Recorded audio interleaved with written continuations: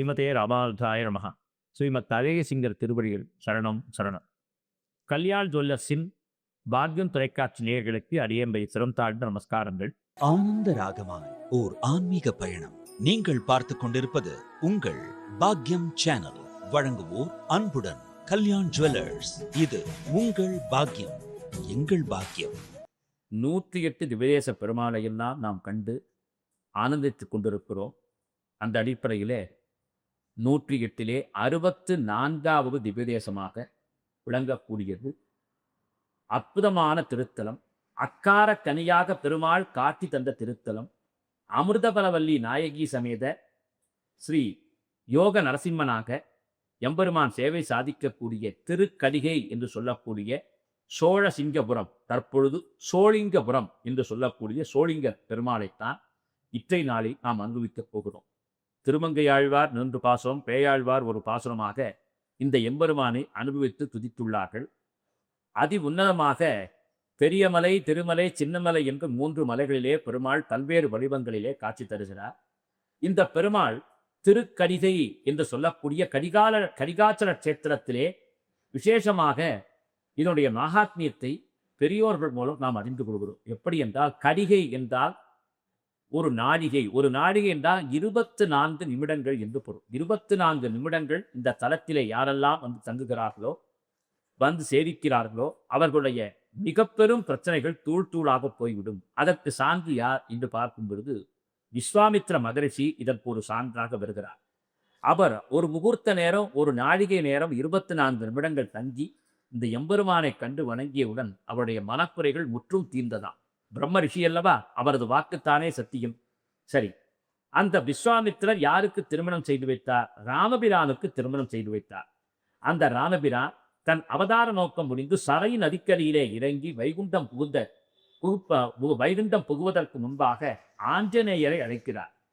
வாயுபுத்திரன் ராமதாசன் என்று சொல்லக்கூடிய மகாபக்த அனுமனை அழைத்து, அனுமனே, உனக்கு ஒரு கைகரியம் தருகிறேன், நீ செய்ய வேண்டும். அதற்குத்தானே காத்து கொண்டிருக்கிறேன் என்றாராம் அனுமன்.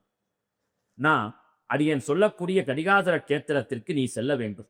அங்கு அத்ரி, பிருகு, குத்சர், வசிஷ்டர், கௌதமர், காசியபர், ஆங்கியசர் என்று சொல்லக்கூடிய 7 ரிஷிகள் தவமியற்றுகிறார்கள். அந்த சப்த ரிஷிகள் தவத்தை கெடுப்பதற்காக காலன், கேயன் என்று சொல்லக்கூடிய 2 அசுரர்கள் வந்து கொண்டிருக்கிறார்கள். நீ என்ன செய்ய வேண்டும் அனுமனே? அவர்களை வென்று யோக ஆஞ்சநேயராக சின்னமலையிலே கலியுகம் முடியும் வரை காட்சி தர வேண்டும் என்று சொன்னாராம்.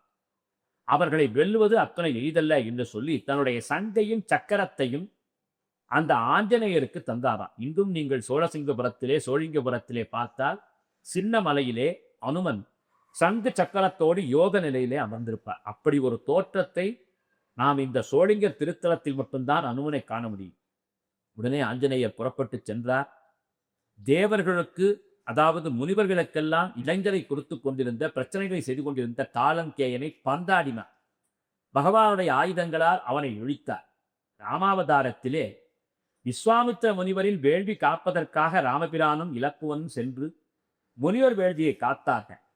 சுபாகுவை அழித்து தாரகையை வென்று மாரீஜனை தன் பானத்தால் பகவான் தூக்கி வீசினான் என்று ராமாயணம் சொல்கிறது என்றால், ராம பக்தனான மகா ஆஞ்சநேய சுவாமியும் இந்த 7 முனிவர்களை காப்பதற்காக ராமபிரானின் கட்டளை ஏற்று இந்த திருக்கடிகை திருத்தலத்திற்கு வந்து அவர்களை காப்பாற்றி தந்து நரசிம்ம தரிசனத்திற்கு அவர்களை ஆட்படுத்தி தான் யோக ஆஞ்சநேயராக அமர்ந்து கொண்டார்.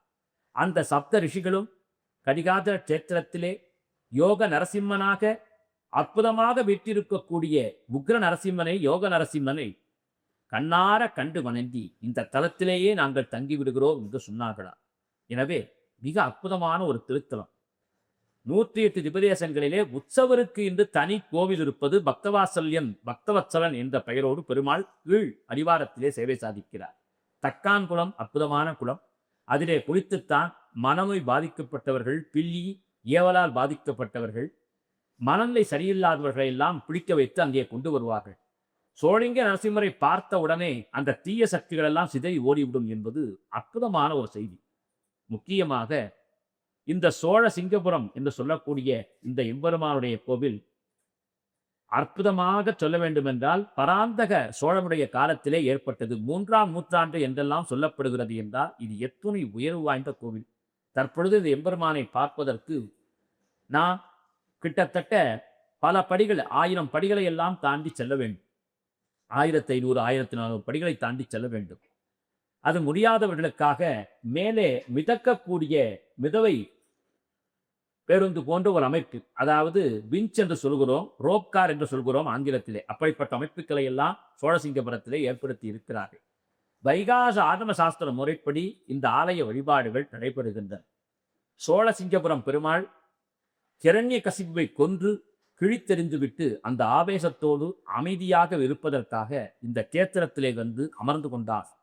அந்த பெருமாளை பார்க்கும் பொழுதே கம்பீரமாக இருக்கும். உக்ரம் வீரம் மகாவிஷ்ணு ஜுலந்தம் சர்வதோமுகம் நரசிம்மம் பீஷணம் பத்ரம் மிருத்யும் நமாமியுகம் என்று சொல்லக்கூடிய அந்த ஸ்லோகத்திற்கேற்ப பிரதோஷம் சுவாதி உள்ளிட்ட காலங்களிலே இந்த பெருமாள் வழிபாடு ஆச்சரியமாக இருக்கு. அதைவிட முக்கியமாக அன்பர்களே, கார்த்திகை மாதம் வரக்கூடிய ஞாயிற்றுக்கிழமையிலே நரசிம்மர் கண் திறப்பதாக ஐதீகம்.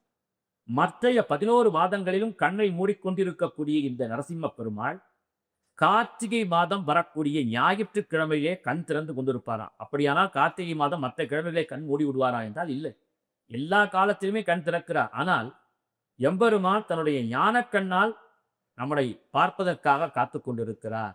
கலியுக மக்களை மீட்பதற்காக காத்து கொண்டிருக்கிறார்.